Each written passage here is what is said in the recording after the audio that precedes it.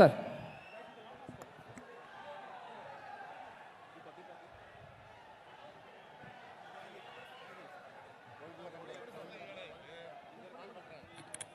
ಬಂಧುಗಳೇ, ಈ ಬೃಹತ್ ಸಭೆಯನ್ನು ಉದ್ದೇಶಿಸಿ ಉದ್ಘಾಟನೆ ಮಾಡಲು ಆಗಮಿಸಿರ್ತಕ್ಕಂಥ ನಿಮ್ಮೆಲ್ಲರ ನೆಚ್ಚಿನ ನಾಯಕರಾದಂಥ ರಾಹುಲ್ ಗಾಂಧೀಜಿಯವರು ದೀಪ ಬೆಳಗಿಸುವ ಮೂಲಕ ಉದ್ಘಾಟನೆ ಮಾಡಲಿದ್ದಾರೆ. राहुल गांधी ಅವರಿಗೆ, कांग्रेस पार्टी की श्रीमती इंदिरा गांधी की, सोनिया गांधी की, राजीव गांधी की, डीके शिवकुमार की, सिद्धरामಯ್ಯ जी, ಶಿವಲಿಂಗೇಗೌಡರಿಗೆ, ನಿಮ್ಮೆಲ್ಲರ ನೆಚ್ಚಿನ ನಾಯಕರಂತಹ ಶ್ರೀ ರಾಹುಲ್ ಗಾಂಧೀಜಿಯವರು ಇದೀಗ ದೀಪ ಬೆಳಗಿಸುವ ಮೂಲಕ ಜ್ಯೋತಿಯನ್ನು ಹಚ್ಚಿಸಿದ್ದಾರೆ.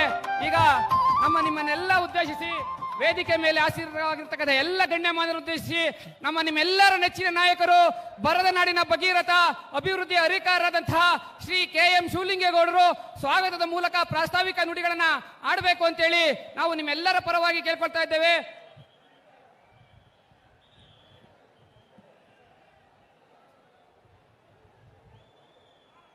ಅರಸೀಕೆರೆ ವಿಧಾನಸಭಾ ಕ್ಷೇತ್ರದ ನನ್ನೆಲ್ಲ ಆತ್ಮೀಯ ಅಣ್ಣ ತಮ್ಮಂದಿರೇ, ಅಕ್ಕ ತಂಗಿಯರೇ,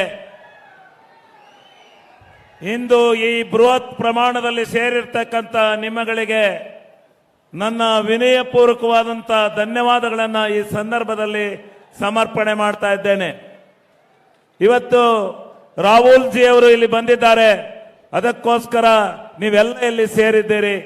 ನಾನು ಮೊದಲನೇದಾಗಿ ಭಾರತ ದೇಶದ ಯುವ ಕಣ್ಮಣಿ, ಯುವ ನಾಯಕರು, ಈ ದೇಶ ಕಂಡಂತ ನೆಹರು ಫ್ಯಾಮಿಲಿಯ ಇಂದಿರಾ ಗಾಂಧಿಯವರ ಮೊಮ್ಮಗರಾಗಿರ್ತಕ್ಕಂಥ ರಾಹುಲ್ ಜಿ ಅವರು ಇವತ್ತು ನಮ್ಮಲ್ಲಿ ಬಂದಿದ್ದಾರೆ. ಕನ್ಯಾಕುಮಾರಿಯಿಂದ ಕಾಶ್ಮೀರದವರೆಗೆ ಭಾರತ್ ಜೋಡೋ ಯಾತ್ರೆಯನ್ನು ಮಾಡಿ ಈ ದೇಶದ ಒಕ್ಕೂಡಿಕೆಗೆ ಸಂಕಲ್ಪ ಮಾಡಿರ್ತಕ್ಕಂಥ ಪಾದಯಾತ್ರೆಯನ್ನು ಮಾಡಿರ್ತಕ್ಕಂಥ ಯುವ ನಾಯಕರಾಗಿರ್ತಕ್ಕಂಥ ರಾಹುಲ್ ಗಾಂಧಿ ಅವರು ಮತ್ತು ಇವತ್ತು ಈ ದೇಶದ ಮುಂದಿನ ಪ್ರಧಾನಿ ಆಗ್ತಕ್ಕಂಥ ಉಜ್ವಲ ಭವಿಷ್ಯವನ್ನು ಹೊಂದಿರತಕ್ಕಂಥ ರಾಹುಲ್ ಜಿ ಅವರಿಗೆ ನಾನು ಅರಸೀಕೆರೆ ಜನತೆಯ, ಹಾಸನ ಜಿಲ್ಲೆಯ ಜನತೆಯ ಪರವಾಗಿ ಆರ್ಥಿಕವಾದಂಥ ಆದರಣೀಯವಾದಂಥ ಸ್ವಾಗತವನ್ನ ನಾನು ಈ ಸಂದರ್ಭದಲ್ಲಿ ಬಯಸ್ತಾ ಇದ್ದೇನೆ. ಅದೇ ರೀತಿ ನಮ್ಮ ರಾಜ್ಯದ ಮತ್ತು AICCಯ ಪ್ರಧಾನ ಕಾರ್ಯದರ್ಶಿಗಳಾದಂಥ ವೇಣುಗೋಪಾಲ್ ಜಿ ಅವರು ಇಲ್ಲಿ ಆಗಮಿಸಿದ್ದಾರೆ. ಅವರಿಗೂ ಸಹ ನಾನು ಸ್ವಾಗತವನ್ನ ಬಯಸ್ತಾ ಇದ್ದೇನೆ. ಹಾಗೂ ಲೋಕಸಭಾ ಸದಸ್ಯರಾದಂಥ ಚಂದ್ರಶೇಖರ್ ಅವರು ಮತ್ತು ನಮ್ಮ ಬ್ಲಾಕ್ ಕಾಂಗ್ರೆಸ್ಸಿನ ಅಧ್ಯಕ್ಷರು, ನಮ್ಮ ಮಾಜಿ ಸಚಿವರಾಗಿರ್ತಕ್ಕಂಥ ನಮ್ಮ ರೇವಣ್ಣವರು ಮತ್ತು ನಮ್ಮ ವೇದಿಕೆಯಲ್ಲಿ ಇರ್ತಕ್ಕಂಥ ಎಲ್ಲ ಗಣ್ಯರನ್ನ ಈ ಸಂದರ್ಭದಲ್ಲಿ ನಾನು ಸ್ವಾಗತವನ್ನು ಬಯಸ್ತಾ, ನನಗೆ 3 ನಿಮಿಷ ಟೈಮ್ ಕೊಟ್ಟಿದ್ದಾರೆ. ನಮ್ಮ ನಗರಸಭಾ, ನಮ್ಮ ಜಿಲ್ಲಾ ಕಾಂಗ್ರೆಸ್ ಅಧ್ಯಕ್ಷರಾದ ಲಕ್ಷ್ಮಣ್ ಅವರು ಮತ್ತು ನಮ್ಮ ಕಳೆದ ಸಾರಿ ನಮ್ಮ ಇದೇ ಕಾಂಗ್ರೆಸ್ಸಿನ ಅಭ್ಯರ್ಥಿಯಾಗಿ ಪರಾಜಿತರಾದಂಥ ನಮ್ಮ ಶಶಿ ಅವರು ಮತ್ತೆ ನಮ್ಮ ವೇದಿಕೆಯಲ್ಲಿರ್ತಕ್ಕಂಥ ನನಗೆ 3 ನಿಮಿಷ ಇದರಲ್ಲೇ ಕಳೆದೋಗ್ಲಿ, ಪರವಾಗಿಲ್ಲ, ನಮ್ಮ ನಾಯಕರ ಹೆಸರು ಹೇಳ್ಬಿಡ್ತೀನಿ ನಾನು, ಅಲ್ಲದೆ ಇದ್ರೆ ಅಪರಾಧ ಆಗುತ್ತೆ. ಕಾರ್ಯದರ್ಶಿಗಳಾದಂಥ ಪಟೇಲ್ ಶಿವಪ್ಪನವರು ಮತ್ತೆ ಚಂದ್ರಶೇಖರ್ ಅವರು, ಯಾದವ ಸಮಾಜದ ಅಧ್ಯಕ್ಷರಾದ ಬಂಡಿಗೌಡ ರಾಜಣ್ಣವರು, ಜಿಲ್ಲಾ ತಾಲೂಕು ಕುರುಬರ ಸಮಾಜದ ಅಧ್ಯಕ್ಷರಾದ ನಮ್ಮ ತೊಂಡೇನಹಳ್ಳಿ ಕೃಷ್ಣಮೂರ್ತಿ ಅವರು ಮತ್ತು ವಾಲ್ಮೀಕಿ ಸಮಾಜದ ಅಧ್ಯಕ್ಷರಾದಂಥ ಹನುಮಪ್ಪನವರು, ವೀರಶೈವ ಸಮಾಜದ ಮುಖಂಡರಾದಂಥ ಶಿವಶಂಕರ್ ಅವರು ಮತ್ತು ನಮ್ಮ ಈ ವೇದಿಕೆಯಲ್ಲಿರ್ತಕ್ಕಂಥ ಈ ಜಿಲ್ಲೆಯ ಹಿಂದುಳಿದ ವರ್ಗದ ನಾಯಕರಾಗಿರ್ತಕ್ಕಂಥ ನಮ್ಮ ಬಿಳಿ ಚೌಡಯ್ಯನವರು, ನಾಗರಾಜ್ ಅವರು, ಸಣ್ಣಸ್ವಾಮಿ ಅವರು ಮತ್ತೆಲ್ಲ ನನ್ನನ್ನು ಮಾತಾಡಲಿಕ್ಕೆ ಇದು ಮಾಡ್ತಾ ಇದ್ದಾರೆ. ದಯಮಾಡಿ ಅವರು ಇನ್ನೂ ಬೇರೆ ಕಡೆ ಹೋಗ್ಬೇಕಾಗಿದೆ. ಈ ಸಂದರ್ಭದಲ್ಲಿ ನಿಮ್ಮೆಲ್ಲರಿಗೆ ನಿಮ್ಮ ಋಣವನ್ನು ಯಾವ ರೀತಿ ತೀರ್ಸೋದು ಅಂತೇಳಿ ಯೋಚನೆ ಮಾಡ್ತಾ ಇದ್ದೇನೆ. ಈ ತಿಂಗಳಲ್ಲಿ 4 ಸಭೆ ಮಾಡಿದ್ರು. 4 ಸಭೆಗೆ ಇದೇ ರೀತಿ ಜನೋಪಾದಿಯಲ್ಲಿ ನೀವು ಹರಿದು ಬಂದಿರತಕ್ಕಂಥ ನಿಮ್ಮ ಈ ಕೃತಜ್ಞತೆಯನ್ನ ನಾನು ಯಾವ ರೀತಿ ಸಲ್ಲಿಸೋದು ಅಂತಕ್ಕಂಥದ್ದು ನನಗೆ ಅರ್ಥವಾಗ್ತಾ ಇಲ್ಲ. ಮತ್ತೆ ಸೇರೋಣ. 13ನೇ ತಾರೀಕು ನಡೀತಕ್ಕಂಥ ಈ ಚುನಾವಣೆಯಲ್ಲಿ ನೀವೆಲ್ಲ 10ನೇ ತಾರೀಕು ನಡೀತಕ್ಕಂಥ ಈ ಚುನಾವಣೆ 13ನೇ ತಾರೀಕು ವಿಜಯೋತ್ಸವವನ್ನು ಆಚರಣೆ ಮಾಡ್ತಕ್ಕಂಥ ಸಂದರ್ಭದಲ್ಲಿ ನಾವೆಲ್ಲ ಈ ರೀತಿ ಸೇರೋಣ ಅಂತಕ್ಕಂಥ ಮಾತನ್ನ ನಾನು ಈ ಸಂದರ್ಭದಲ್ಲಿ ಹೇಳಿ, ರಾಹುಲ್ ಜಿ ಅವರು ಮುಂದೆ ಚಾಮರಾಜನಗರ ಅಲ್ಲೆಲ್ಲ ಹೋಗ್ಬೇಕಾಗಿರೋದ್ರಿಂದ ಹೆಚ್ಚಿಗೆ ಮಾತನಾಡ್ದಲೇನೆ ಅವರಿಗೆ ಅವಕಾಶವನ್ನು ಮಾಡಿಕೊಡ್ತೇನೆ. ಎಲ್ಲ ಗ್ರಾಮ ಪಂಚಾಯತಿಯ ಕೇಂದ್ರಗಳಿಗೆ ಬರ್ತಾ ಇದ್ದೀನಿ. ಎಲ್ಲ ಗ್ರಾಮಗಳಿಗೆ ಭೇಟಿ ಕೊಡಲಿಕ್ಕೆ ಆಗ್ತಾ ಇಲ್ಲ. ಆದ್ರಿಂದ ದಯಮಾಡಿ ಯಾವುದೇ ತಪ್ಪನ್ನು ತಿಳ್ಕೊಂಡು ನನಗೆ ಆಶೀರ್ವಾದವನ್ನು ಮಾಡಬೇಕು. ಹಸ್ತದ ಗುರುತಿಗೆ ಆಶೀರ್ವಾದವನ್ನು ಮಾಡಿ ನಮ್ಮ ಸಿದ್ದರಾಮಣ್ಣ, DK ಶಿವಕುಮಾರ್ ಅವರು, ಮತ್ತೆ ಖರ್ಗೆ ಅವರು, ಪರಮೇಶ್ವರ್ ಅವರು, ಎಲ್ಲ MB ಪಾಟೀಲ್ರು, ನಮ್ಮ ನಾಯಕರ ಸೈನ್ಯ ಇದೆ, ಅವರೆಲ್ಲ ಬರ್ತಾರೆ ಅಂತಕ್ಕಂಥ ಮಾತನ್ನು ಹೇಳಿ ನಿಮ್ಮೆಲ್ಲರಿಗೆ ವಂದಿಸಿ ನನ್ನ ಮಾತನ್ನು ಮುಗಿಸ್ತಾ ಇದ್ದೇನೆ. ಈಗ ನಮ್ಮ ರಾಷ್ಟ್ರೀಯ ಕಣ್ಮಣಿ, ಈ ಭಾರತ ದೇಶವನ್ನೇ ನೋಡ್ತಾ ಇರ್ತಕ್ಕಂಥ ಯುವ ನೇತಾರರು ಆಗಿರ್ತಕ್ಕಂಥ ರಾಹುಲ್ ಗಾಂಧಿ ಅವರು ತಮ್ಮನ್ನೆಲ್ಲ ಉದ್ದೇಶಿಸಿ ಭಾಷಣ ಮಾಡಲಿದ್ದಾರೆ. ರಾಹುಲ್ ಗಾಂಧೀಜಿ.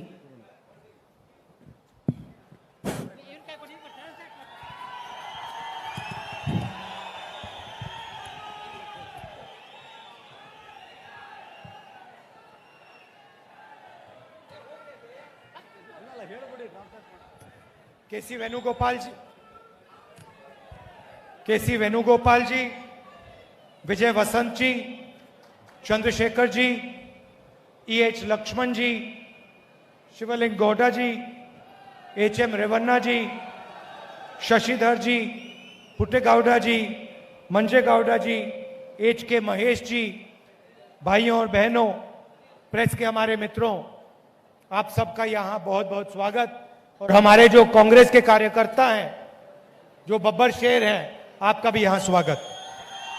ಈ ವೇದಿಕೆಯ ಮೇಲೆ ಆಸೀನರಾಗಿರ್ತಕ್ಕಂಥ ರಾಷ್ಟ್ರೀಯ ಕಾಂಗ್ರೆಸ್ ಪಕ್ಷದ ಪ್ರಧಾನ ಕಾರ್ಯದರ್ಶಿಗಳಾಗಿರ್ತಕ್ಕಂಥ ವೇಣುಗೋಪಾಲ್ ಅವರೇ, ಹಾಗೂ ಜಿಲ್ಲಾ ಕಾಂಗ್ರೆಸ್ನ ಅಧ್ಯಕ್ಷರಾಗಿರ್ತಕ್ಕಂಥ ಶ್ರೀ EH ಲಕ್ಷ್ಮಣ್ ಅವರೇ, ರಾಜ್ಯಸಭಾ ಸದಸ್ಯರಾದಂಥ JC ಚಂದ್ರಶೇಖರ್ ಅವರೇ, ಹಾಗೂ HM ರೇವಣ್ಣ ಅವರೇ, ಹಾಗೂ ಎಲ್ಲ ವೇದಿಕೆ ಮೇಲಿರ್ತಕ್ಕಂಥ ಎಲ್ಲ ಗಣ್ಯರೇ, ಹಾಗೂ ಈ ಹಾಸನ ಜಿಲ್ಲೆಯ ಹಾಗೂ ಅರಸೀಕೆರೆ ವಿಧಾನಸಭಾ ಕ್ಷೇತ್ರದ ಕಾಂಗ್ರೆಸ್ನ ಕಟ್ಟಾಳುಗಳಾದಂಥ ತಮ್ಮೆಲ್ಲರಿಗೂ ನಾನು ಹೃತ್ಪೂರ್ವಕವಾದಂಥ ಸ್ವಾಗತವನ್ನು ಮಾಡ್ತೇನೆ.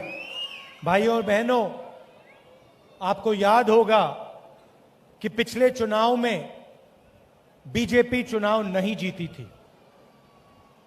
ನನ್ನ ಅಣ್ಣ ತಮ್ಮಂದಿರೇ, ಅಕ್ಕ ತಂಗಿಯರೇ, ತಮ್ಮೆಲ್ಲರಿಗೂ ಗೊತ್ತಿರಬಹುದು, ಕಳೆದ ಚುನಾವಣೆಯಲ್ಲಿ ಭಾರತೀಯ ಜನತಾ ಪಕ್ಷ ಚುನಾವಣೆಯನ್ನ ಗೆದ್ದಿರಲಿಲ್ಲ. ये जो बीजेपी की सरकार है, 3 साल से जो कर्नाटक में राज कर रही है,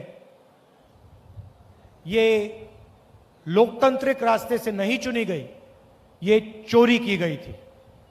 ಕಳೆದ 3 ವರ್ಷಗಳಿಂದ ಕರ್ನಾಟಕದಲ್ಲಿ ರಾಜ್ಯಭಾರವನ್ನ ಮಾಡ್ತಾ ಇರ್ತಕ್ಕಂಥ ಬಿಜೆಪಿ ಸರ್ಕಾರ ತಮ್ಮೆಲ್ಲರ ಮೂಲಕ ಆಯ್ಕೆ ಆಗಿರ್ತಕ್ಕಂಥ ಪಕ್ಷ ಅಲ್ಲ, ಅದು ಕಳ್ಳದಾರಿಯಲ್ಲಿ ಅಧಿಕಾರವನ್ನ ಹಿಡಿದಿರ್ತಕ್ಕಂಥ ಪಕ್ಷ. बीजेपी ने MLAs को पैसा देकर कर्नाटक में सरकार बनाई। ಭಾರತೀಯ ಜನತಾ ಪಕ್ಷ ಕರ್ನಾಟಕದ ಶಾಸಕರುಗಳಿಗೆ ಹಣವನ್ನ ಕೊಟ್ಟು ಅವರನ್ನ ಖರೀದಿ ಮಾಡಿ ತನ್ನ ಅಧಿಕಾರವನ್ನ ಇಲ್ಲಿ ಮಾಡ್ತಾ ಇದೆ. और आज आप कर्नाटक के किसी भी बच्चे से पूछिए, 6-7 साल के बच्चे से पूछिए कि भाई ये जो सरकार है इसका नाम क्या है, तो वो आपको बोलेगा 40% सरकार। ನೀವು ಕರ್ನಾಟಕದ ಯಾರನ್ನಾದರೂ ಕೇಳಿ, ಈ ರಾಜ್ಯದ ಒಬ್ಬ ಸಣ್ಣ 6-7 ವರ್ಷದ ಮಗುವನ್ನ ಕೊಳಿದ್ರು ಇಲ್ಲಿ ರಾಜ್ಯಭಾರವನ್ನ ಮಾಡ್ತಾ ಇರ್ತಕ್ಕಂಥ ಯಾರು ಅಂತ ಹೇಳಿದ್ರೆ 40% ಸರ್ಕಾರ ಅಂತೇಳಿ ಎಲ್ಲರೂ ಕೂಡ ಘಂಟಘೋಷವಾಗಿ ಹೇಳ್ತಾರೆ. और ये कर्नाटक के सब लोग जानते हैं। कॉन्ट्रैक्टर एसोसिएशन ने प्रधानमंत्री को चिट्ठी लिखी और कहा कि 40% कमीशन कर्नाटक में लिया जा रहा है। ತಮ್ಮೆಲ್ಲರಿಗೂ ಗೊತ್ತಿದೆ, ಈ ರಾಜ್ಯದ ಗುತ್ತಿಗೆದಾರರ ಸಂಘದ ಅವರೇ ಕೂಡ ಈ ರಾಷ್ಟ್ರದ ಪ್ರಧಾನಮಂತ್ರಿಗಳಿಗೆ ಪತ್ರವನ್ನ ಬರೆದು ಕರ್ನಾಟಕದಲ್ಲಿ ಇರ್ತಕ್ಕಂಥ ಸರ್ಕಾರ 40% ವಸೂಲಿ ಮಾಡ್ತಾ ಇದೆ ಅಂತಕ್ಕಂಥ ದೂರನ್ನ ನೀಡಿರ್ತಕ್ಕಂಥದ್ದು ತಮ್ಮೆಲ್ಲರಿಗೂ ತಿಳಿದಂತ ವಿಷಯ. प्रधानमंत्री ने चिट्ठी पढ़ी होगी मगर जवाब नहीं दिया. ಮಾನ್ಯ ಪ್ರಧಾನಮಂತ್ರಿಗಳು ಆ ಚೀಟಿಯನ್ನ ಓದಿರಬಹುದು, ದೂರನ್ನ ಓದಿರಬಹುದು, ಆದರೆ ಇಲ್ಲಿಯವರೆಗೆ ಅದಕ್ಕೆ ಯಾವುದೇ ರೀತಿಯಾದಂತಹ ಉತ್ತರವನ್ನ ನೀಡಿಲ್ಲ. दिग्लेश्वर स्वामी गडक जी कहते हैं कि मुझसे 30% कमीशन लिया गया, 10% डिस्काउंट दिया. ಈ ನೆಲದ ಒಬ್ಬ ಸ್ವಾಮಿಯವರು ಹೇಳ್ತಾರೆ, ನನ್ನಿಂದ 30% ಅನ್ನ ವಸೂಲಿ ಮಾಡಿ ನನಗೆ ಅದರ ಹಣವನ್ನ ನೀಡಿದ್ದಾರೆ ಅಂತೇಳಿ. मैसोर सैंडल सोप स्कैंडल में एमएलए का बेटा 8 करोड़ रुपए के साथ पकड़ा जाता है. ಮೈಸೂರು ಸ್ಯಾಂಡಲ್ನ ಗುತ್ತಿಗೆಯ ವಿಚಾರದಲ್ಲಿ ಅದರ ಅಧ್ಯಕ್ಷರಾಗಿರ್ತಕ್ಕಂಥ ಇಲ್ಲಿನ ಒಬ್ಬರು ಶಾಸಕರು 8 ಕೋಟಿಯ ಮೊತ್ತ ಲಂಚವನ್ನ ಪಡೆಯುವಾಗ ಸಿಗಾಕೊಳ್ತಾರೆ. और अलग अलग स्कैम्स हुए. Police sub inspector scam, assistant professor scam, assistant engineer scam, cooperative bank scam. ಇಲ್ಲಿ ಹಲವಾರು ಲಂಚದ ಭ್ರಷ್ಟಾಚಾರದ ಪ್ರಕರಣಗಳು ನಡೆದಿರ್ತಕ್ಕಂಥದ್ದು ತಮ್ಮೆಲ್ಲರಿಗೂ ತಿಳಿದಿದೆ. ಒಂದು ಪೊಲೀಸ್ ಇಲಾಖೆಯ ಇನ್ಸ್ಪೆಕ್ಟರ್ಗಳ ಆಯ್ಕೆಯಲ್ಲಿ ಮತ್ತು ಅಸಿಸ್ಟೆಂಟ್ ಪ್ರೊಫೆಸರ್ಗಳ ಆಯ್ಕೆಯಲ್ಲಿ ಹಾಗೂ ಇಂಜಿನಿಯರ್ಗಳ ಆಯ್ಕೆಯಲ್ಲಿ ಕೂಡ ಇಲ್ಲಿ ಲಂಚಗುಳಿತನ ನಡೆದು ಈ ಸರ್ಕಾರ ಭ್ರಷ್ಟಾಚಾರವನ್ನ ಮಾಡ್ತಾ ಇದೆ. तो बीजेपी ने पहले आपकी सरकार चोरी की और उसके बाद सरकार के माध्यम से आपसे चोरी की. ಬಿಜೆಪಿ ಪಕ್ಷ ಮೊದಲು ಸರ್ಕಾರಕ್ಕೆ ಬರುತ್ತೆ, ನಂತರ ಅವರು ಆ ಸರ್ಕಾರದ ಮೂಲಕ ಎಲ್ಲರಿಗೂ ಕೂಡ ದಿಕ್ಕನ್ನ ತಪ್ಪಿಸಿ ಲಂಚಗೂಳಿತನವನ್ನ ಮಾಡ್ತಾ ಇದೆ. अब प्रधानमंत्री यहां आकर भाषण देते हैं. ಈಗ ಇಲ್ಲಿ ಬಂದು ಪ್ರಧಾನಮಂತ್ರಿಗಳು ಭಾಷಣವನ್ನ ಮಾಡ್ತಾರೆ. मगर सच्चाई यह है कि कर्नाटक में पिछले 3 साल जो हुआ, भ्रष्टाचार हुआ, 40% कमीशन लिया गया, वो सब बातें प्रधानमंत्री को मालूम थी.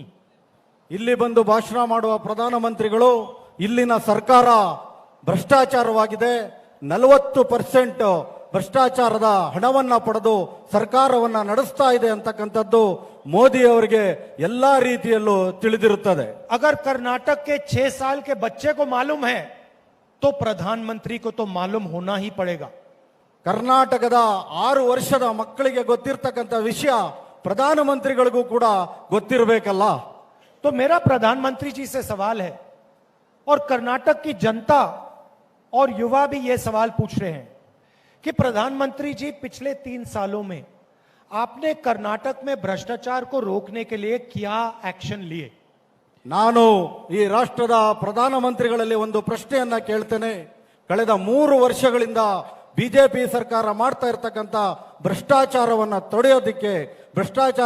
ತಡೆಯೋದಿಕ್ಕೆ ನೀವು ಏನು ಕ್ರಮಗಳನ್ನ ತೆಗೆದುಕೊಂಡಿದ್ದೀರಾ ಅಂತೇಳಿ. आपने कितने लोगों पर कार्रवाई की. ತಾವು ಎಷ್ಟು ಜನರ ಮೇಲೆ ಈ ಮೊಕದ್ದಮೆಗಳನ್ನ ಮಾಡಿ ಅದರ ಬಗ್ಗೆ ತನಿಖೆಯನ್ನ ಮಾಡಿದ್ದೀರಾ. कितने लोगों पर एक्शन लिया. ಎಷ್ಟು ಜನರ ಮೇಲೆ ಕ್ರಮವನ್ನ ತೆಗೆದುಕೊಂಡಿದ್ದೀರಾ. आप अपने भाषणों में ये तो बताइए. ಇದು ನಿಮ್ಮ ಭಾಷಣಗಳಲ್ಲಿ ಈ ವಿಷಯಗಳನ್ನ ತಿಳಿಸಿ. आप आते हो और कहते हो कांग्रेस पार्टी ने मेरे ऊपर आक्रमण किया. ನೀವು ಬರ್ತೀರಾ, ಕೇವಲ ಮಾತಾಡ್ತಾ ನಮ್ಮ ಕಾಂಗ್ರೆಸ್ ಪಕ್ಷ ನಮ್ಮ ಮೇಲೆ ತುಂಬಾ ಅತಿರೇಕವಾಗಿ ಮಾತಾಡ್ತಾ ಇದೆ ಅಂತ ಹೇಳಿ ಮಾತಾಡ್ತೀರಾ. मगर आप ये भी बताओ कि कर्नाटक के लिए आपने पिछले 3 साल में क्या किया. ದಯಮಾಡಿ ಇದನ್ನ ತಿಳಿಸಿ, ಕರ್ನಾಟಕದ ಜನರಿಗಾಗಿ ನೀವು ಏನನ್ನ ಮಾಡಿದ್ದೀರಾ ಅಂತ ಹೇಳಿ. यहां पे सवाल नरेंद्र मोदी जी नहीं है, यहां पे सवाल कर्नाटक के युवा, कर्नाटक के किसान, कर्नाटक के मजदूर, कर्नाटक के माता और बहनों का सवाल है. ಇಲ್ಲಿ ಪ್ರಶ್ನೆ ಇರ್ತಕ್ಕಂಥದ್ದು ನರೇಂದ್ರ ಮೋದಿ ಅವರಲ್ಲ. ನಮಗೆ ಪ್ರಶ್ನೆ ಇರ್ತಕ್ಕಂಥದ್ದು ಕರ್ನಾಟಕದ ಜನ, ಕರ್ನಾಟಕದ ಯುವ ಜನತೆ, ಕರ್ನಾಟಕದ ರೈತರು, ಕರ್ನಾಟಕದ ಮಹಿಳೆಯರು, ತಾಯಂದಿರ ಪ್ರಶ್ನೆ. जब कर्नाटक और महाराष्ट्र के बॉर्डर पे हिंसा हुई तो आपने क्या एक्शन लिया? ಕರ್ನಾಟಕದ ಮಹಾರಾಷ್ಟ್ರ ಬಾರ್ಡರ್ನಲ್ಲಿ ಆದಂತ ಹಿಂಸೆಯ ಸಂದರ್ಭದಲ್ಲಿ ತಾವು ಯಾವ ರೀತಿಯ ಕ್ರಮವನ್ನ ತೆಗೆದುಕೊಂಡಿದ್ದೀರಾ? जो कर्नाटक, गोवा और महाराष्ट्र के बीच में पानी का मुद्दा है, पानी बांटने का मुद्दा है, उसमें आपने कर्नाटक की क्या मदद की? ಕರ್ನಾಟಕ ಮತ್ತು ಮಹಾರಾಷ್ಟ್ರದ ಮಧ್ಯೆ ಇರ್ತಕ್ಕಂಥ ನೀರಾವರಿ ಸಮಸ್ಯೆ ಬಗ್ಗೆ ತಾವು ಇಲ್ಲಿವರೆಗೆ ಯಾವ ರೀತಿಯ ಕ್ರಮವನ್ನ ತೆಗೆದುಕೊಂಡಿದ್ದೀರಾ ಅಂತ ನಾನು ಪ್ರಶ್ನೆಯನ್ನ ಮಾಡ್ತಾ ಇದ್ದೆ. और जब कर्नाटक को कर्नाटक का टैक्स का पैसा नहीं दिया गया, कम दिया गया, तो आपने कर्नाटक के युवाओं की कैसे मदद की? ಕರ್ನಾಟಕದ ಉಸೂಲಿಯಾದಂತ ತೆರಿಗೆಯಲ್ಲೇ ಕೂಡ ತಾವು ಸರಿಯಾದಂತ ಕರ್ನಾಟಕದ ಪಾಲನ್ನ ಕೊಡ್ಲಿಲ್ಲ. ಆದ್ರೆ ನೀವು ಯಾವ ರೀತಿಯಲ್ಲಿ ಕರ್ನಾಟಕದ ಯುವಕರ ಸಹಾಯವನ್ನ ಮಾಡಬಲ್ರಿ? जब कर्नाटक में बाढ़ आई तो आपने क्या मदद की? ಕರ್ನಾಟಕದಲ್ಲಿ ತುಂಬಾ ಪ್ರವಾಹ ಪರಿಸ್ಥಿತಿ ಆದಾಗ ನೀವು ಕರ್ನಾಟಕಕ್ಕೆ ಯಾವ ರೀತಿಯ ಸಹಾಯವನ್ನ ಮಾಡಿದ್ರಿ?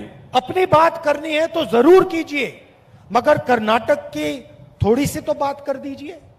ನಿಮ್ಮ ಮಾತುಗಳನ್ನ ದಯಮಾಡಿ ಮಾತಾಡಿ, ಆದ್ರೆ ಕರ್ನಾಟಕದ ಭವಿಷ್ಯ ಬಗ್ಗೆನೂ ತಾವು ಮಾತಾಡಬೇಕಾಗುತ್ತೆ. थोड़ा सा दो शब्द बोल दीजिए. ಸ್ವಲ್ಪನಾದ್ರೂ ಇದರ ಬಗ್ಗೆ ಗಮನವನ್ನ ನೀಡಿ. लंबा बोलने की जरूरत नहीं है, बस दो तीन बात बोल दीजिए. आपने भ्रष्टाचार के खिलाफ क्या किया, आपने बाढ़ के समय क्या किया, और आप अगले 5 साल में क्या करने जा रहे हो? ನೀವು ಉದ್ದ ಭಾಷಣಗಳನ್ನ ಮಾಡುವುದು ಬೇಕಾಗಿಲ್ಲ. ಕರ್ನಾಟಕದ ಪ್ರವಾಹ ಸಂದರ್ಭದಲ್ಲಿ ನೀವೇನನ್ನ ಮಾಡಿದ್ರಿ, ಕರ್ನಾಟಕದ ಕಷ್ಟದ ಸಂದರ್ಭದಲ್ಲಿ ನೀವು ಯಾವ ರೀತಿ ಸಹಾಯವನ್ನ ಮಾಡಿದ್ರಿ ಅಂತೇಳಿ, ಮತ್ತು ಕರ್ನಾಟಕದ ಭವಿಷ್ಯಕ್ಕಾಗಿ ಮುಂದಿನ 5 ವರ್ಷಗಳಲ್ಲಿ ಏನನ್ನ ಮಾಡ್ತೀರಾ ಅಂತೇಳಿ ಹೇಳಬೇಕಾಗುತ್ತೆ. एक और छोटी सी बात, हमारी मीटिंग होती है, हमारे भाषण होते हैं, तो हम नेताओं के नाम लेते हैं. ನಮ್ಮ ಸಭೆಗಳು ನಡೆಯುತ್ತೆ, ನೀವೆಲ್ಲರೂ ನೋಡಿದ್ದೀರಾ. ನಾವು ಮಾತಾಡೋದಕ್ಕಿಂತ ಮುಂಚೆ ನಾವು ನಮ್ಮ ನಾಯಕರುಗಳನ್ನ ಹೆಸರುಗಳನ್ನ ತಗೊಂಡು ಗೌರವವನ್ನ ನೀಡುತ್ತೇವೆ. जैसे अभी मैंने भाषण शुरू करने से पहले कांग्रेस पार्टी के नेताओं का आदर किया. ನಾನು ಭಾಷಣ ಮಾಡೋಕ್ಕಿಂತ ಮುಂಚೆ ನೀವೆಲ್ಲರೂ ನೋಡಿರಿ, ನಮ್ಮ ಪಕ್ಷದ ನಾಯಕರುಗಳನ್ನ ನಾನು ಹೆಸರನ್ನ ತಗೊಂಡು ಗೌರವವನ್ನ ಸೂಚಿಸಿದ್ದೇನೆ. हम बाकी नेताओं की बात करते हैं, सिद्धरमैया जी की बात करते हैं, डीके शिवकुमार जी की बात करते हैं. ನಾವು ಮಾತನಾಡುವಾಗ ಈ ರಾಜ್ಯದ ಮಾಜಿ ಮುಖ್ಯಮಂತ್ರಿಗಳ ಸಿದ್ದರಾಮಯ್ಯನವರ ಬಗ್ಗೆ ಮಾತಾಡ್ತೀವಿ, ಡಿ.ಕೆ. ಶಿವಕುಮಾರ್ ಅವರ ಬಗ್ಗೆ ಮಾತಾಡ್ತೀವಿ, खारगे जी की बात करते हैं, परमेश्वर जी की बात करते हैं. ಖರ್ಗೆ ಸಾಹೇಬರ ಮಾತಾಡ್ತೀವಿ, ಪರಮೇಶ್ವರರನ್ನ ಕುರಿತು ಅವರ ಕೆಲಸಗಳನ್ನ ಕುರಿತು ಮಾತಾಡ್ತೀವಿ. आप कर्नाटक में आते हो, अपने नेताओं की बात नहीं करते हो. ನೀವು ಕರ್ನಾಟಕಕ್ಕೆ ಬರ್ತೀರಾ, ಆದ್ರೆ ನಿಮ್ಮ ಪಕ್ಷದ ನಾಯಕರುಗಳ ಬಗ್ಗೆನೇ ಮಾತನಾಡ್ದಿಲ್ಲ. येदुरप्पा जी का नाम तक नहीं लेते हो आप. ನೀವು ಹಿರಿಯರಾದಂತ ಯಡಿಯೂರಪ್ಪನವರ ಹೆಸರನ್ನೇ ತೆಗೆದುಕೊಳ್ಳುವುದಿಲ್ಲ. बोम्मई जी का नाम तक नहीं लेते हो आप. ಬೊಮ್ಮಾಯಿಯವರ ಹೆಸರನ್ನು ಕೂಡ ತೆಗೆದುಕೊಳ್ಳುವುದಿಲ್ಲ. थोड़ा सा अपने भाषणों में बीजेपी के नेताओं का भी नाम ले लिया करो. ನಿಮ್ಮ ಉದ್ದದ ಭಾಷಣಗಳ ಮಧ್ಯೆ ಬಿಜೆಪಿಯ ನಾಯಕರುಗಳ ಹೆಸರುಗಳನ್ನ ತೆಗೆದುಕೊಳ್ಳಿ. उनको भी अच्छा लगेगा कि प्रधानमंत्री ने हमारा नाम ले लिया. ಅವ್ರಿಗೂ ತುಂಬಾ ಸಂತೋಷವಾಗುತ್ತೆ, ಮಾನ್ಯ ಪ್ರಧಾನಮಂತ್ರಿಗಳು ನಮ್ಮ ಹೆಸರುಗಳನ್ನ ಹೇಳಿದ್ರು ಅಂತೇಳಿ. थोड़ा सा आदर कर लो.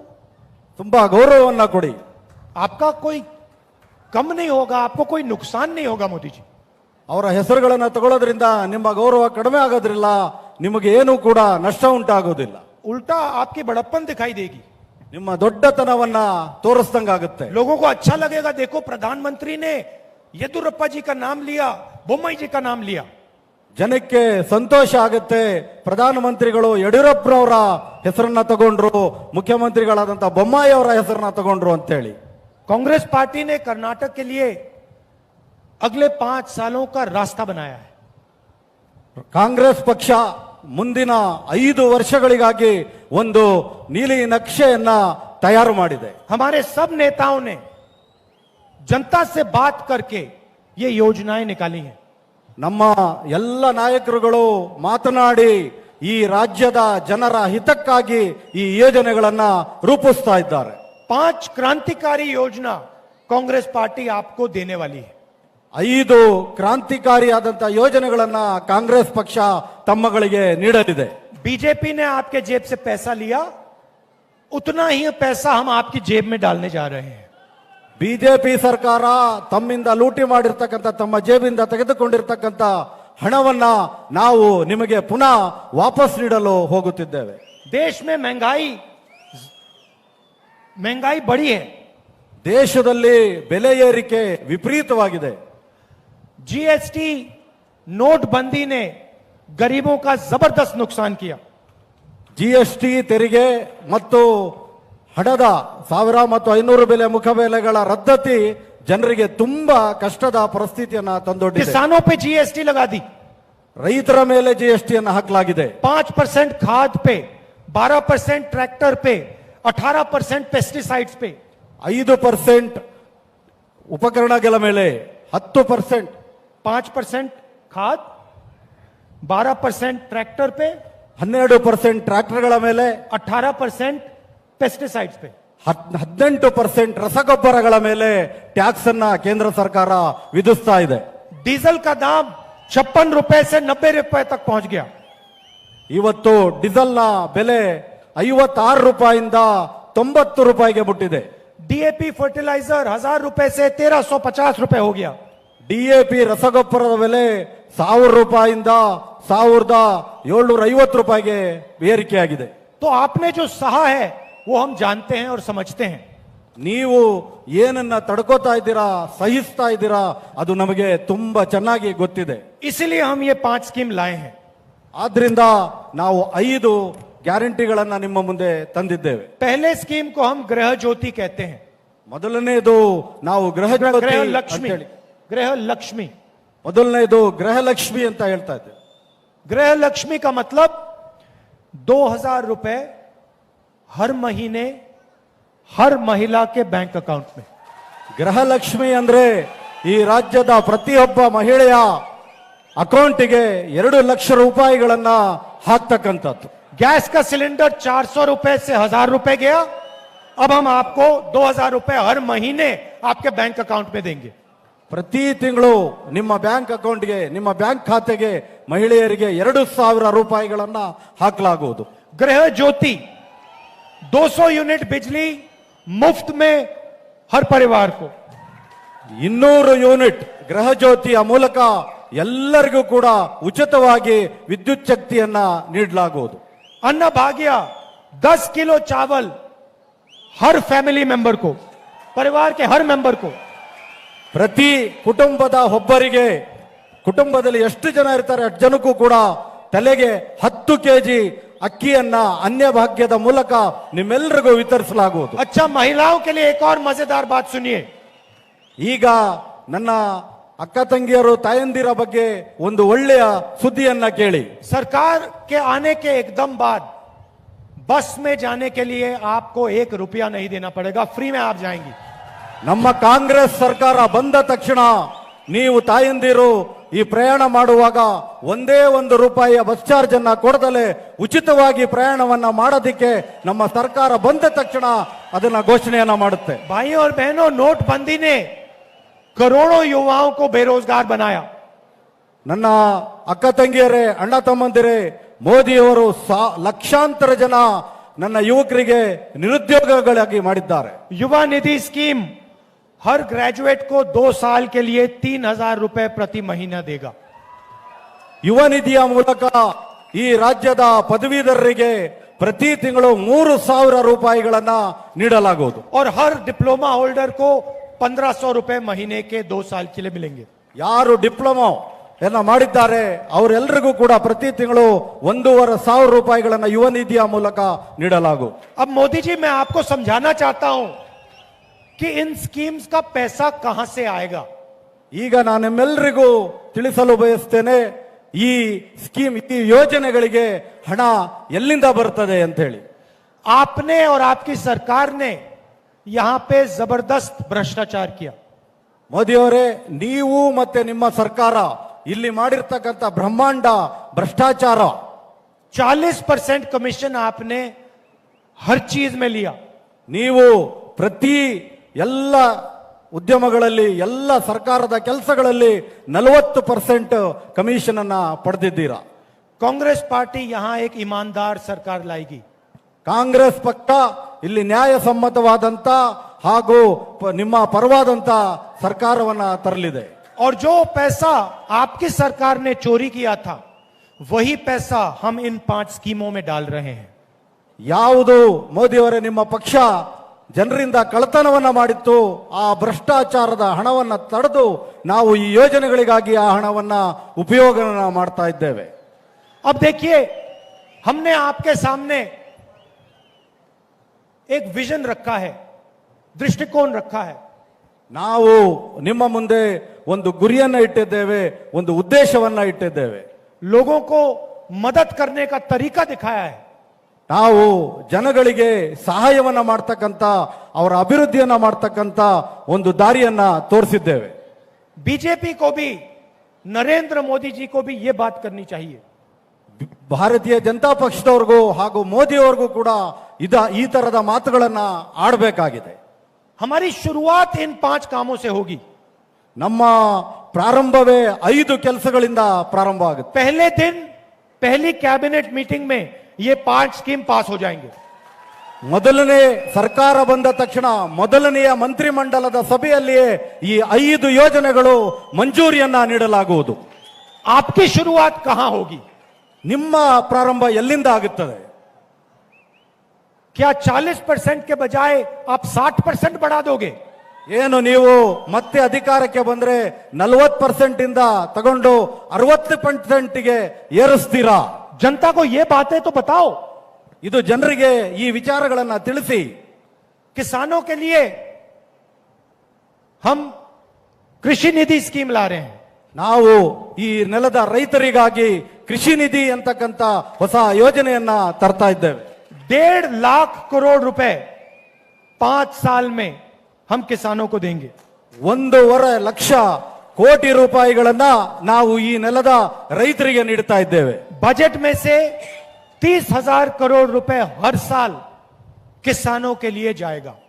ನಮ್ಮ ಮುಂದಿನ ದಿನಗಳ ಬಜೆಟ್ ನಲ್ಲಿ 30,000 ಕೋಟಿ ರೂಪಾಯಿಗಳು ರೈತರ ಯೋಜನೆಗಳಿಗೆ ಹೋಗಲಿದೆ. और यहां पे जो कोकोनट फार्मर्स हैं और अरेका नट के फार्मर्स हैं उनको हम एमएसपी देंगे. ಇಲ್ಲಿನ ಸ್ಥಳೀಯ ಬೆಳೆಗಳಾದಂಥ ತೆಂಗು ಮತ್ತು ಅಡಿಕೆಗಳಿಗೆ ನಾವು MSP ಅಂದ್ರೆ ಒಂದು ಬೆಲೆಯನ್ನ ನಿಗದಿ ಮಾಡತಕ್ಕಂಥದ್ದನ್ನ ಮಾಡ್ತೇವೆ. और जो आज दूध पे सब्सिडी होती है 5 रुपए की होती है उसको हम 7 रुपए तक बढ़ा देंगे. ಇಲ್ಲಿ ರೈತರಿಗೆ ನಾವು ಏನು ಈಗ ಹಾಲಿಗೆ 5 ರೂಪಾಯಿಗಳ ಸಬ್ಸಿಡಿಯನ್ನ ಕೊಡ್ತಾ ಇದ್ದೇವೆ, ಅದನ್ನ 7 ರೂಪಾಯಿಗಳಿಗೆ ಹೆಚ್ಚಿಸಲಾಗುವುದು. अब हमने साफ कह दिया है कि हम ये काम करने जा रहे हैं.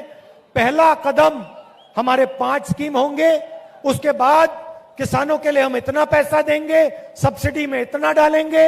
हमने साफ कह दिया है. ನಾವು ಈಗ ಸ್ಪಷ್ಟವಾಗಿ ನಮ್ಮ ಯೋಜನೆಗಳೇನು, ನಾವು ಮುಂದೆ ಅಧಿಕಾರಕ್ಕೆ ಬಂದ್ರೆ ಈ 5 ಯೋಜನೆಗಳ ಜೊತೆಗೆ ರೈತರಿಗೆ ಏನನ್ನ ಕೊಡ್ತೀವಿ ಅಂತಕ್ಕಂಥ ಸ್ಪಷ್ಟವಾದ ಭರವಸೆಯನ್ನ ನಾವು ನಿಮಗೆ ಈ ಕೆಲಸಗಳನ್ನ ಮಾಡ್ತೀವಿ ಅಂತಕ್ಕಂಥದನ್ನ ಹೇಳ್ತಾ ಇದ್ದೇವೆ. अब बीजेपी को बहाने नहीं बनाने चाहिए. ಈಗ ಬಿಜೆಪಿ ಅವರಿಗೆ ಯಾವುದೇ ರೀತಿಯಾದಂತ अगली स्पीच ನಾಟಕಗಳು सॉरी बोलिए. ನಾಟಕಗಳನ್ನ ಮಾಡಬೇಕಾಗಿಲ್ಲ. अगली स्पीच में प्रधानमंत्री को 2-3 सवालों के जवाब देने चाहिए. ಮುಂದಿನ ಇಲ್ಲಿ ಬಂದು ಭಾಷಣ ಮಾಡುವಾಗ ಒಂದು 2-3 ಪ್ರಶ್ನೆಗಳಿಗೆ ಉತ್ತರವನ್ನ ಕೊಡಬೇಕಾಗುತ್ತೆ. आपने 40% भ्रष्टाचार के बारे में क्या किया? ನೀವು 40% ಭ್ರಷ್ಟಾಚಾರದ ಬಗ್ಗೆ ಏನನ್ನ ಕ್ರಮವನ್ನ ಕೈಗೊಂಡಿದ್ದೀರಾ? जब बाढ़ आई आपने क्या किया? जब बाढ़ आई आपने क्या किया? ತಾವು ಈ ನೆಲಕ್ಕೆ ಪ್ರವಾಹವನ್ನ ಬಂದಾಗ ಏನ ಕ್ರಮವನ್ನ ತೆಗೆದುಕೊಂಡಿದ್ರಿ? बेरोजगारी के लिए आपने क्या किया पिछले 3 सालों में? ಈ ನೆಲದ ಯುವಕರ ನಿರುದ್ಯೋಗ ಸಮಸ್ಯೆ ಬಗ್ಗೆ ನೀವು ಏನನ್ನ ಕ್ರಮವನ್ನ ಕೈಗೊಂಡಿದ್ದೀರಾ? ये आप बताइए जनता को. ಇದನ್ನ ತಿಳಿಸಿ ದಯಮಾಡಿ ಈ ನೆಲದ ಜನರಿಗೆ. जनता को ये भी बताइए कि अगले 5 साल में आप क्या करना चाह रहे हो. ಜನರಿಗೆ ಇದನ್ನು ತಿಳಿಸಿ ಈ ಕರ್ನಾಟಕದ ಸರ್ಕಾರ ಜನರಿಗೆ ನೀವು ಮುಂದಿನ 5 ವರ್ಷಗಳಲ್ಲಿ ಏನನ್ನ ಮಾಡ್ತೀರಾ ಅಂತ ಹೇಳಿ. भाइयों और बहनों, बीजेपी को ये 40 नंबर बहुत अच्छा लगता है. ಭಾರತೀಯ ಜನತಾ ಪಕ್ಷದವರಿಗೆ ಈ 40 ಅಂತಕ್ಕಂಥ ಸಂಖ್ಯೆ ತುಂಬಾ ಚೆನ್ನಾಗಿ ಕಾಣ್ತದೆ. जहां भी ये जाते हैं ये 40 नंबर का प्रयोग करते हैं. ಇವರು ಎಲ್ಲೇ ಹೋದ್ರೂ ಕೂಡ 40 ಸಂಖ್ಯೆ 40 ಅಂತಕ್ಕಂಥದ್ದನ್ನ ಪುನಃ ಉಚ್ಚಾರವನ್ನ ಮಾಡ್ತಾರೆ. हर काम में 40 ಪ್ರತಿ ಕೆಲಸದಲ್ಲೂ 40 ಅಂತಕ್ಕಂಥದ್ದನ್ನ ಹೇಳ್ತಾನೆ ಇರ್ತಾರೆ. इनको आप 40 नंबर याद दिला दीजिए.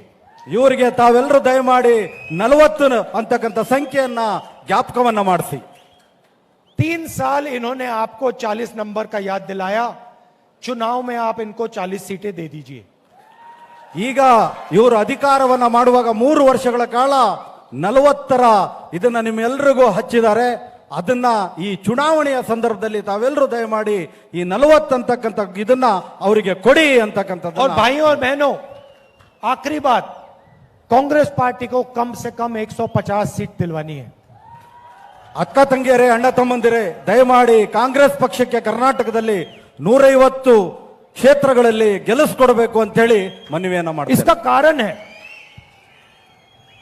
कारण है ಇದರ ಕಾರಣ ಏನು ಅಂದ್ರೆ, क्योंकि अगर 150 सीटों से कम आई तो बीजेपी फिर से सरकार को, एमएलए को खरीदने की कोशिश करेगी. ಇದರ ಕಾರಣ ಏನು ಅಂತಂದ್ರೆ 150ರಿಂದ ಕಡಿಮೆ ಏನಾದರೂ ಕಾಂಗ್ರೆಸ್ ಪಕ್ಷ ಈ ರಾಜ್ಯದಲ್ಲಿ ಅದು ಬಂದ್ರೆ ಬಿಜೆಪಿ ಅವರು ಮತ್ತೆ ಪುನಃ ಎಂಎಲ್ಎಗಳನ್ನ ಖರೀದಿ ಮಾಡ್ತಕ್ಕಂಥ ಸರ್ಕಾರವನ್ನ ಅಸ್ಥಿರಗೊಳಿಸ್ತಕ್ಕಂಥ ಕೆಲಸವನ್ನ ಪ್ರಾರಂಭ ಮಾಡ್ತಾರೆ. और फिर वो 40 से 60 कर सकते हैं. ಅವರು 40ರಿಂದ 60% ಮಾಡ್ತಾರೆ. ಆಗ इसीलिए कांग्रेस पार्टी को आप 150 सीटों से जिताइए और बीजेपी को सबक सिखाइए. ಆದ್ರಿಂದ ಕರ್ನಾಟಕದಲ್ಲಿ 150 ಶಾಸಕರನ್ನ ಗೆಲ್ಲಿಸಿ ಹಾಗೂ ಬಿಜೆಪಿಗೆ ತಕ್ಕ ಪಾಠವನ್ನ ಕಲಿಸಬೇಕು ಅಂತ ಹೇಳಿ. आप सब यहां आए, इसके लिए बहुत बहुत धन्यवाद. नमस्कार, जय हिंद. ತಾವೆಲ್ಲರೂ ಇಲ್ಲಿ ಬಂದ್ರಿ, ತಮ್ಮೆಲ್ಲರಿಗೂ ಹೃದಯಪೂರ್ವಕವಾದಂಥ ಧನ್ಯವಾದಗಳು.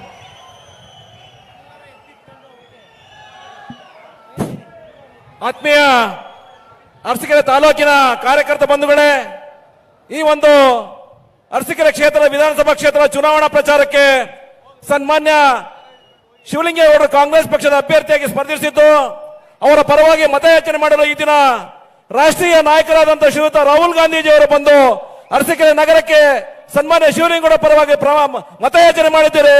ಅವರಿಗೆ ನಿಮ್ಮೆಲ್ಲರ ಪರವಾಗಿ, ಅರಸೀಕೆರೆ ತಾಲೂಕಿನ ಪರವಾಗಿ ತುಂಬ ಧನ್ಯವಾದಗಳನ್ನು ಸಲ್ಲಿಸಲಿಕ್ಕೆ ಬಯಸ್ತಾ ಇದ್ದೇನೆ ಬಂಧುಗಳೇ. ಕಾರ್ಮಿಕ ಇಲಾಖೆಯ ವತಿಯಿಂದ ಸುಬ್ಬಣ್ಣ ಹರೀಶಣ್ಣ ಅವರು ರಾಹುಲ್ ಗಾಂಧೀಜಿ ಅವರಿಗೆ ಗೌರವಾರ್ಪಣೆಯನ್ನ ಮಾಡ್ತಾ ಇದ್ದಾರೆ. ನಮ್ಮ ಅರಸೀಕೆರೆ ತಾಲೂಕಿನ ಎಲ್ಲ ಜನತೆಯ ಪರವಾಗಿ ಸುಬ್ಬಣ್ಣ ಹರೀಶಣ್ಣ ಅವರ ತಂಡದವರು ರಾಹುಲ್ ಜಿ ಅವರಿಗೆ ಸನ್ಮಾನವನ್ನ, ಇವತ್ತು ಕಾರ್ಮಿಕ ದಿನಾಚರಣೆ ಆಗಿರೋದ್ರಿಂದ ಕಾರ್ಮಿಕ ವರ್ಗದ ವತಿಯಿಂದ, ಕಾರ್ಮಿಕ ಸಂಘದ ವತಿಯಿಂದ ಶ್ರೀ ರಾಹುಲ್ ಜಿ ಅವರಿಗೆ ಗೌರವಾರ್ಪಣೆಯನ್ನ ಮಾಡಿದ್ದಾರೆ. ನಿಮ್ಮೆಲ್ಲರ ನೆಚ್ಚಿನ ನಾಯಕರಾದಂತಹ ಶ್ರೀ ರಾಹುಲ್ ಜಿ ಅವರು.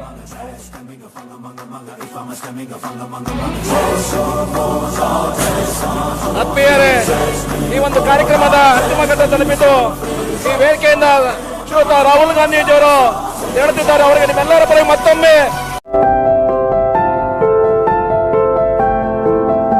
मशहूर समाज सेवी लाला चंदूलाल जी कबाड़ी का शोरूम सिंगला फर्नीचर्स, भिवानी का नंबर 1 फर्नीचर शोरूम. घर आप बनाइए, उसको सजाएंगे हम. सिंगला फर्नीचर्स की एक्सक्लूसिव रेंज के साथ, जैसे sofa set, dining table, double bed, show pieces. इसके अलावा आपको यहाँ मिलेंगे फैंसी मंदिर, अलमारी, सोफा कम बेड, झूले, ऑफिस कुर्सी व टेबल. दिल्ली व गुड़गांव से मिलने वाला फर्नीचर अब आपके शहर भिवानी में सिंगला फर्नीचर्स पर मिलेगा, वो भी बेहतरीन रेंज व उत्तम क्वालिटी के साथ. हमारे यहाँ फर्नीचर्स आइटम खुद के कुशल कारीगरों द्वारा तैयार किए जाते हैं. तो सजाइए अपने सपनों का घर सिंगला फर्नीचर्स के साथ. खुद का भरोसा व बाजार से सस्ता.